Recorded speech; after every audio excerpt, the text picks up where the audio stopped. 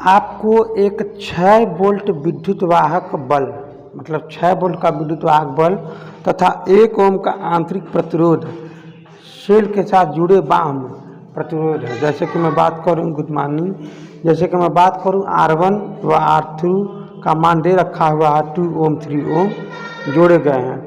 प्रतिरोध में धारा क्या होगी अगर इन दोनों को श्रेणी क्रम में जोड़ा जाए और इन दोनों को समांतर क्रम में जोड़ा जाए तब प्रतिरोध का धारा क्या होगी। बस इतना ही पूछ रहा। अच्छा सवाल है। यहाँ पर दे रखा हुआ विद्युत वाहक बल्ब, ध्यान में रखना।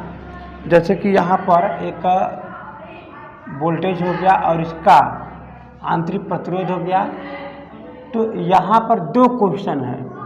पहले तो हम श्रेणी क्रम में जोड़ देते हैं, ठीक है, और फिर दूसरे टर्न में यहाँ पर ये जो दोनों प्रतिरोध है इसे समांतर क्रम में जोड़ देते हैं।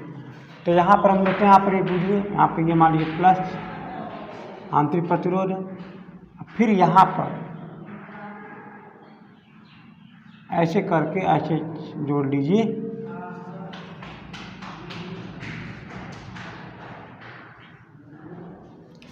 तो इसका जो विद्युत वाहक जो बल है ये कितना दे रखा हुआ है 6 वोल्ट, मतलब दोनों कंडीशन में E बराबर कितना आ जाएगा 6 वोल्ट हो जाएगा। और आंतरिक प्रतिरोध दे रखा हुआ है 1 ओम, यानी इसका प्रतिरोध कितना है 1 ओम। यहाँ पर भी 6 ही वोल्ट का रहेगा, हाँ या ना, क्या रहेगा यहाँ पर ये विद्युत वाहक बल्ब, और आंतरिक प्रतिरोध कितना रहेगा 1 ओम, ठीक है, 1 ओम का आंतरिक प्रतिरोध रहेगा। और यहाँ पर दे रखा हुआ है जो 2 ओम का प्रतिरोध है, यहाँ पर 3 ओम का प्रतिरोध है, ठीक है, और यहाँ पर भी 2 ओम का प्रतिरोध है और यहाँ पर भी 3 ओम का प्रतिरोध है। अब यही बात इसमें कह रहा है कि धारा दोनों कंडीशन में जांच करना है, एक यहाँ पर भी जांच करना है और एक यहाँ पर भी जांच करना है। तो बाबू आपको इस बात को ध्यान में रखना है कि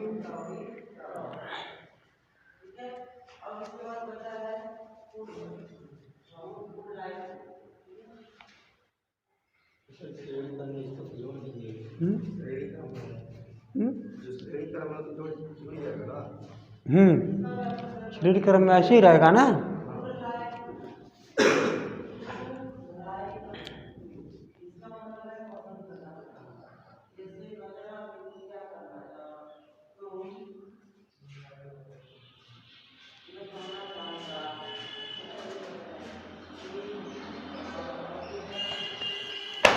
चलिए समझते हैं।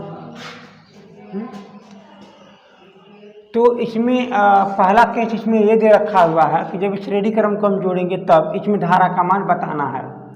तो आप मुझे एक बात बता दीजिए, मैंने आपसे क्या बताया था कि ये आपका आंतरिक प्रतिरोध है, बताया था ना। तो आंतरिक प्रतिरोध में हम ये बताना चाह रहा था कि इसका जो खर्च हो जाएगा, जो वोल्टेज, जो खर्च हो जाने के बाद जो वोल्टेज बचेगा ये इसके पास हो जाएगा। बस समझ में आ गया ना। यानी इसका वोल्टेज और इसका वोल्टेज जोड़ेंगे तो EMF के बराबर होगा, बताए थे ना। अच्छा, तो क्या हम ये भी जानते हैं कि जो धारा इसमें जाएगी वही धारा इसमें भी जाएगी और वही धारा घूम करके इसमें भी जाएगी, लेकिन तब उस समय वोल्टेज इसका EMF के बराबर होगा ना। भाई देखो, तीनों को जोड़ेंगे तो EMF में तब वोल्टेज तो EMF काम करेगा ना, बात समझ में आ रहा। तो इसका मतलब ये हुआ कि तीनों के लिए E बराबर V के समान है, समझ में आ गया। तीनों के लिए अगर हम केवल इसका बस देखेंगे तो केवल V को लेंगे, E को तब नहीं लेंगे, और जब तीनों को ले लेंगे तो हमारा E भी शामिल हो जाएगा। यही मेन कॉन्सेप्ट है यहाँ पर। चलो, तो सबसे पहले आप एक काम करो, इन दोनों को देखो श्रेणी क्रम में है, पहले इसको जोड़ लीजिए। तो R का मान क्या हो जाएगा, सीधे सीधे में 2 धन में 3 बराबर कितना हो जाएगा 5। अब आपको इतना बात ये भी पता है कि जो I बराबर जो होता है V चाहे E समझिए, E बट्टे में कैपिटल में R प्लस में स्मॉल में R, कैपिटल में R प्लस में स्मॉल में R। ये क्यों लिया गया है, क्योंकि ये टोटल प्रतिरोध तो हो गया। जब भी स्मॉल r आएगा तो समझ लीजिए ऊपर जो वोल्टेज है वो EMF लिया जाएगा, समझ में आ गया। जब भी इसमें स्मॉल r आएगा तो टोटल वोल्टेज EMF लिया जाएगा। अगर ये नहीं रहता तो हम I बराबर में V बट्टे में केवल R कर देंगे, तो ये केवल इसी का वोल्टेज रहता तब, समझ में आ गया। अब जैसे ही हम इसमें स्मॉल आर ऐड करेंगे तो तुरंत टोटल वोल्टेज हो जाएगा, जो हम बोल देंगे क्या, ईएमएफ। बात समझ में आ गया। यही आपको कंसेप्ट इसमें समझना है। तो आपको क्या है इसमें, तो आर का मान दे रखा हुआ है 5 ओम और स्मॉल आर का मान दे रखा हुआ है 1 ओम और इसका मान दे रखा हुआ है 6 वोल्ट। अब यहाँ से धारा आप निकाल लेंगे, तो यहाँ से धारा क्या निकलेगा, आई बराबर में क्या हो जाएगा, ई का मान कितना है 6 और नीचे कितना है 5 धन में 1 बराबर क्या हो जाएगा, बराबर में क्या हो जाएगा, आई बराबर में 6 बट्टे में 6, तो आई बराबर कितना आ जाएगा 1 में एम्पियर। ठीक है ना। तो ये आपका इतना बात समझ में आ गया।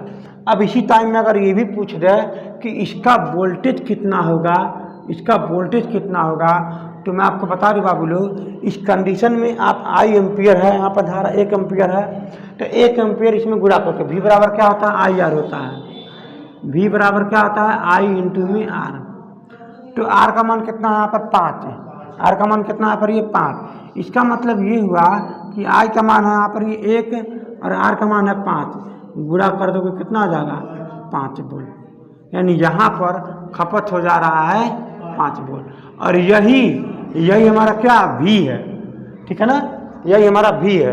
और जब इन तीनों को ले लेंगे तो हमारा ई हो जाएगा। समझ में आ गया। चलिए, तो अब हम देखते हैं इसके बारे में समांतर क्रम में क्या है। तो इस कंडीशन में क्या है कि देखो अब सब कुछ इसी के जैसा है, लेकिन यहाँ पर क्या करना, दोनों समांतर क्रम में दिया है, तो सबसे पहले आप इन्हीं को हल कर लो। ठीक है ना, जब इनको हल कर लोगे तो दूसरा क्या प्रतिरोध बनेगा, मतलब सर्किट क्या बनेगा, तो क्या बनाओगे आप यहाँ पर ध्यान से देखो, यहाँ पर बैटरी है और एक आंतरिक प्रतिरोध है। जब हम इनको जोड़ करके एक प्रतिरोध बना दिए तब उसका मान कितना होगा आपको ये बताना है। तो दोनों समांतर क्रम में है, तो समांतर क्रम में क्या नियम कहता है, वो भी 2 प्रतिरोध है, तो गुणा कर दो और जोड़ करके भाग दे दो। ठीक है ना, यहाँ पर क्या मान निकल जाएगा, आर का मान, तो कितना हो जाएगा 6 बट्टे में 5, यानी 6 बट्टे में 5 ओम यहाँ पर ये हो जाएगा। और यहाँ पर कितना है 1 ओम हो जाएगा। ठीक है, और यहाँ पर कितना ई बराबर में 6 में वोल्ट है। अच्छा, तो अब आप इसको सॉल्व कैसे करेंगे, यहाँ पर ध्यान से समझने की कोशिश करिएगा। ये आपका आर हो गया, ये आपका स्मॉल आर है और यहाँ पर ई है। तब हमको अब क्या निकालना है, धारा आई निकालना है। तो जैसे जैसे फार्मूला आप वहाँ पर लगाए थे, आई बराबर क्या होता है, ई अपान में कैपिटल में आर प्लस में स्मॉल में आर। तो जब यहाँ पर स्मॉल आर लेंगे तो कैपिटल ई आ जाएगा, मतलब विद्युत वाहक बल ईएमएफ आ जाएगा। इस बात को याद रख लेना। तो आई बराबर क्या हो जाएगा, ईएमएफ का मान कितना है 6 बट्टे, यहाँ पर कितना हो जाएगा 6 बट्टे में 5 धन में 1। ठीक है ना, तो 5 का नाम 5 6 11, 11 बट्टे 5, तो क्या बन जाएगा 6 बट्टे में 11 बट्टे में 5। अब ये 5 कहाँ चला जाएगा, ऊपर है ना, जब ऊपर चला जाएगा तो 5 6 का कितना आ जाएगा 30, 30 बट्टे क्या आ जाएगा 11, इतना आ जाएगा आपका ये एम्पियर। अब आपका मन करे तो भाग दे के काट लो, चाहे यहीं पर छोड़ दो, कोई दिक्कत नहीं है। तो हम तो कहेंगे भाग दे के काट दिया जाए।